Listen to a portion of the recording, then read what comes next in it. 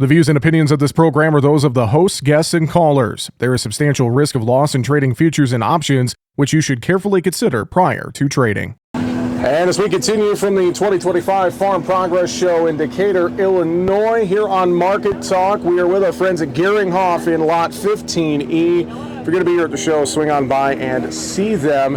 A lot of great products they have. Thanks to Craig Lee for joining us. We're going to talk more with Geringhoff coming up here at the end of the show, but let's talk markets here on Market Talk. Joining us now, Ted Seifert, Zaner Ag Hedge, live in person at the Farm Progress Show. Hi, Ted. How are you? I'm doing great, Jesse. How are you, man? I am good. You know, I feel like we get to see each other in person, like, what, 3 or 4 times a year if we're lucky, maybe? Yeah, usually once in Nashville. Yeah. Once at Commodity Classic.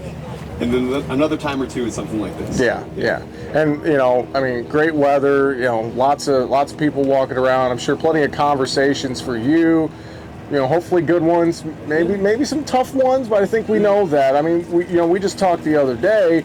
You were on the crop tour, and it's always out there and more. I mean, you know, the markets, it's not a fun conversation in the grain markets necessarily right now, is it, Ted? No, I mean, this feels a lot like, farm prices, and it's not a fun conversation with grain markets. And part of that is, you know, for really the last 2 years in a row, when we look at like our typical marketing strategies that guys employ, they like to set resting orders for these summer rallies, these summer spikes, and it's been 2 years in a row where we've not really seen that. In 23, we had 3 of those, and if you left your orders in, you got filled, and you ended up going into harvest, maybe 30-35% sold on your new crop. Those opportunities didn't really come along. And excuse me. You go back to, say, February, when we were putting in our highs. Sure. And you had a lot of analysts saying, we never put our highs in February. So that was kind of talking guys out of making some sales when they probably should have been. And then you had a lot of weather guys saying, hey, there's a good chance that this is going to be a pretty droughty year. In fact, could be, the worst we've seen since 2012. And so those 2 reasons had guys really holding back on making those sales. And I believe a lot of guys did have those resting orders, and there was no weather rally to get us there. Now, are we going to have one here late in the season? I don't know. I mean, it's dry. It's been a very dry August. We saw that last year. We saw yields decline very significantly last year. Are we in the middle of seeing the same thing, Jesse? Yeah. And I don't know, I've got Karen Braun, our chief market analyst, here with me today, and Sherman Newland, one of our new compadres, I guess, from Risk Management Commodities, that is now part of Zaner. And we've just been having this ongoing conversation of, this dry August, is this going to give us a similar finish to what we had last year? The key difference being the cooler temperatures that we have going into September. Yeah. And does that matter or not? And I don't know, that's remains to be seen. Well, I think at this point, it's going to be a matter of when the combines roll to get us some final answers. But between now and that point, and who knows, that might be January, that might be never. We might have just a guesstimate, of what this final number is going to be.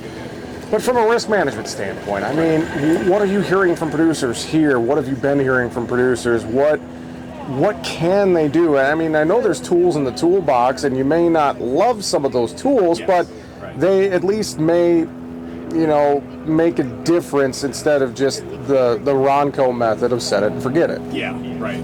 And especially when you are a lot less sold than you usually are at this time of year, which is, don't feel bad, that's most guys that I've talked to. Yep. And the unfortunate thing is, I mean, we've had this bounce off the low since the beginning of August, or 10 days into August. And everybody wants to say this is the harvest low. And I really have a hard time with that. Even if the USDA's yields for corn and beans are going to start creeping down from here, which for corn in particular, I think they will. For beans, I'm still not so sure. Even if that starts coming down, harvest lows, early harvest lows. When we put harvest lows in before the actual harvest begins, that's generally a function of old crop bushels coming to market and putting pressure. Guys are moving old crop bushels to make room for storage for the incoming harvest. the thing is, we don't have a ton of old crop bushels coming to the market. Yes, there's some, but compared to other years, we've got a fairly tight corn carryover for old crop, especially compared to what we're expecting for this coming year. And same thing for soybeans. So there's not all this cash pressure happening now. We've gotten down here, Jesse, without a ton of last-minute cash pressure. And then you've got a lot of guys that are undersold for the crop that's going to be coming out of the fields here pretty soon. Yep. A lot of those bushels are still going to pressure the market. I mean, I could sit here and make a fundamentally bullish argument, but that fundamentally bullish argument, if I'm able to really make one convincingly, isn't really a factor until I'd say we get about 60% from harvest. So I think you need to look at this recent bounce that we've had, especially in soybeans that had bounced, over 80 cents off those lows. I think you got to be taking advantage of that. I think this is the opportunity right here and right now. And then, you hope for something to happen into the late fall, winter, and January time frame. January is a lot of times the second highest peak that we have during the year. This last year, obviously February was has the standing high at the moment. But yeah, I think for whatever bushels that are going to have to move on harvest, I think this might be your opportunity right here. And if things were to change, i.e. China coming in to start to buy a bunch of soybeans, and maybe they start buying corn, I don't know.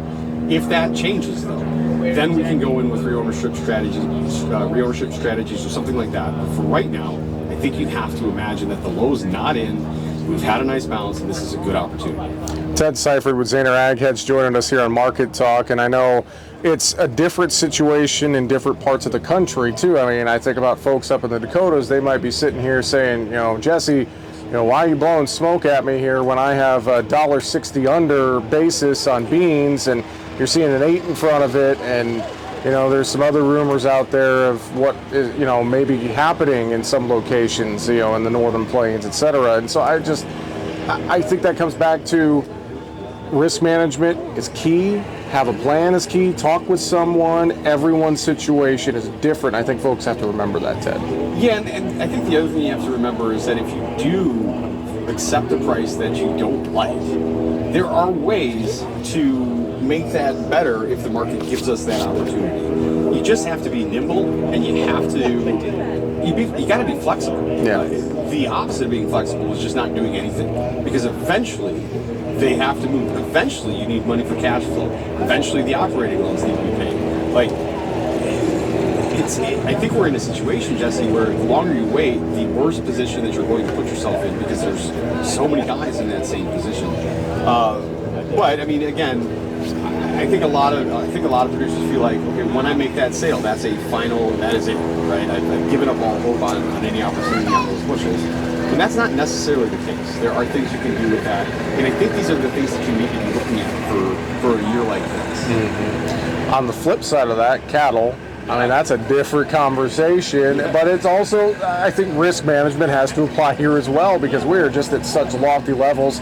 Another update futures today. I mean, I've run out of things to say about this cattle market. Maybe you have something to say about it, Ted. Yeah, it's wild.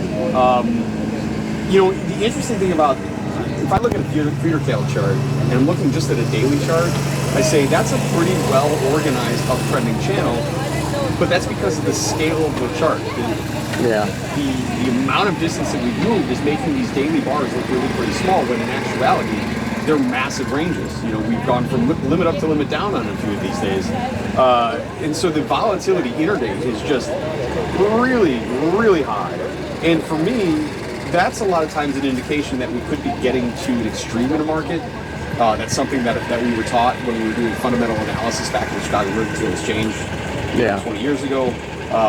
When you have periods of high volatility, that can mark a near-term or long-term extreme, i.e. high or low in the market. And that's sort of the kind of thing that I'm starting to feel like in the feeders. That being said, it's very, very difficult to go in there and get aggressively short in futures and then stay capitalized, because that has just been really causing problems for a lot of guys' marketing plans. This is a market where, the old Mark Gold buy puts thing could apply. Yes, they're expensive, but keep in mind you've got some very expensive animals out there too. So spending a little bit to take care of that risk management is a really good idea. But I mean, look at the feeder cattle. Look at that October feeder cattle range today.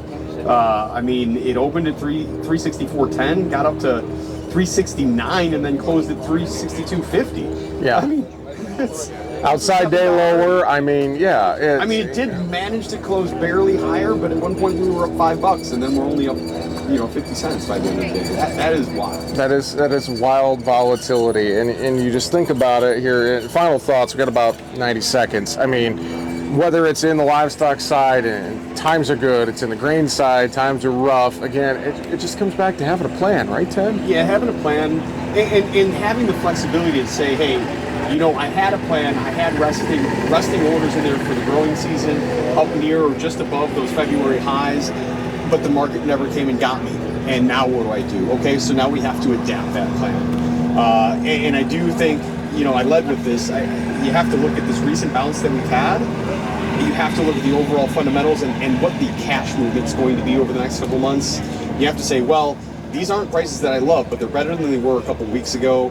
I'm going to take this opportunity, and then I will look at maybe some ways to try to add pennies to bushels on reownership strategies, things like that, further on down the line when this market is more set up or more primed to maybe have a halfway decent recovery. Ted, if folks want to find you real quick, how can they get you there at Zaner Ag Hedge? Yeah, absolutely. You can call me directly. It comes right to my cell phone, 312-277-0113. Aside from that, you can find us on the web at www.zaner.com. You can read a bit about us. Karen's got a newsletter that you can sign up for. I've got an afternoon commentary that is a phone conversation. You call in at your leisure. Yep. You can sign up for that. And then aside from that, I'm at the TED Spread on the X platform. Ted Seifert, Zaner Ag Hedge. Good to see you, my friend. Thanks for joining us at the Farm Progress Show. Yeah, man. Thanks for having me. Always love seeing you, especially in person, Jesse. Thanks for having me. Absolutely. We'll be back to close things out with Gearinghoff here from the Farm Progress Show right after this. Make sure to subscribe to the Market Talk YouTube channel. You can watch our latest interviews with top market analysts in the country, find bonus content, and much more. It's easy. Just go to youtube.com/@MarketTalkAg and hit the subscribe button. Or you can search for Market Talk Ag on YouTube.